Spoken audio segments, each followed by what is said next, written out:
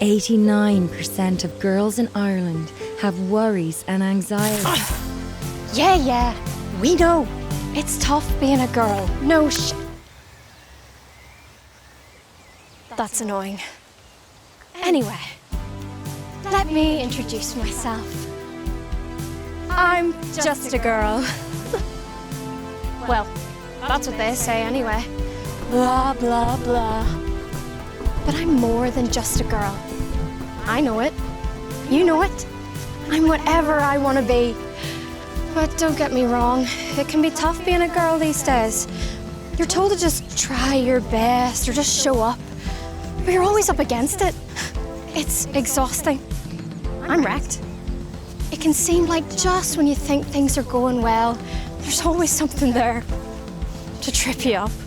Whoop.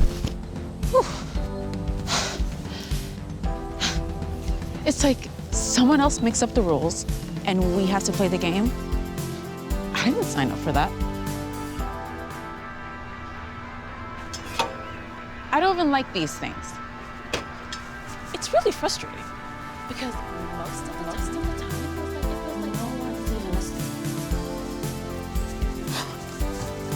Sometimes it feels like no one is even listening. That's before we even mention these things.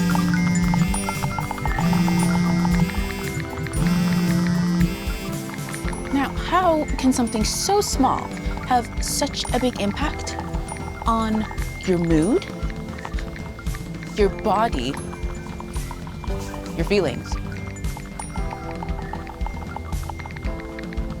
It's mad.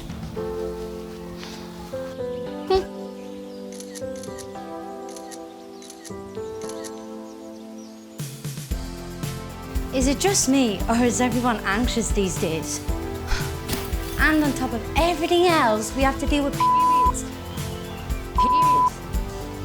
periods. Periods. Finally, we're getting somewhere now. So, we're agreed. Life can be tough.